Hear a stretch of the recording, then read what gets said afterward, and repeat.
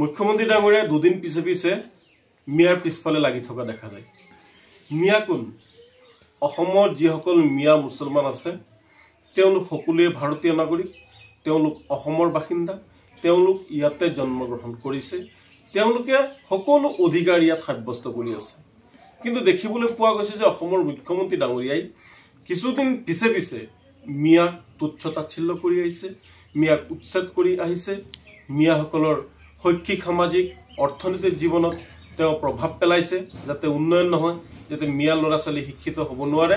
আৰু মিয়াক আটাইতকৈ ডাঙৰ কথা হ'ল যে নিৰ্বাচনৰ সময়ত মিয়াক হিমন্ত বিশ্ব শৰ্মাই ব্যৱহাৰ কৰি আহিছে। আৰু নিৰ্বাচন যেতিয়া পাৰ হৈ যায়, নিৰ্বাচন পাৰ হোৱাৰ পিছে পিছে হিমন্ত বিশ্ব শৰ্মা এণ্ড কোম্পানীয়ে মিয়াৰ পিছফালে লাগি আবুল তাবুল বকে, মিয়াক গালি পাৰে, মিয়াক উচ্ছেদ কৰে।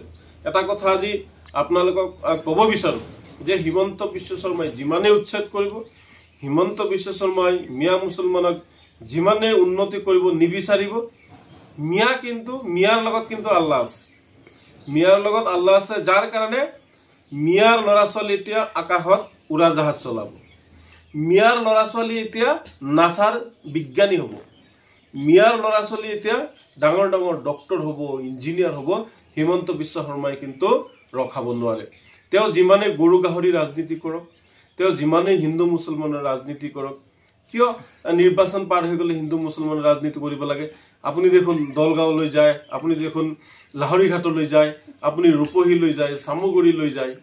নিৰ্বাচনৰ আগে আগে আপোনালোকে আমাৰ নিচিনা সহজ সৰল সংখ্যালঘু লোকসকলক ব্যৱহাৰ কৰে, আৰু নিৰ্বাচন পাৰ হৈ গ'লে আপোনালোকে সকলোকে পাহৰি যায়। কিয়? যদি বেয়া পায় প্ৰতিটো সময়তে মিয়াক বেয়া পাব লাগে। নিৰ্বাচনৰ সময়ত মিয়াসকল হৈ যায় আপোনাৰ কাৰণে ওৰাঙৰ ৰসগোল্লা, আৰু নিৰ্বাচন পাৰ হৈ গ'লে তেওঁলোক হৈ যায় আপোনাৰ কাৰণে ভোট জলকীয়া। ইমানেই জ্বলা পায় আপুনি মিয়াসকলক। গতিকে এজন মুখ্যমন্ত্ৰী হিচাপে হিন্দু মুছলমান সকলোকে আপুনি সমদৃষ্টিৰে সম নজৰেৰে চাব লাগে আৰু সকলোৰে উন্নয়ন কৰিব লাগে। একে ৰাজ্যৰ নাগৰিক কাকো মাহীৰ চকুৰে চাব নালাগে, সকলোৰে সমদৃষ্টিৰে চোৱাৰ বাবে আপোনাক নেমচৰ ফালৰ পৰা আমি দাবী জনাইছোঁ। আৰু আপুনি যাতে হিন্দু মুছলমান কৰি কৰি সাম্প্ৰদায়িক যিটো ৰহন হনা, সেই ৰহনটো আপুনি নাহানে, তাৰ কাৰণে আপোনাক আহ্বান জনাইছোঁ।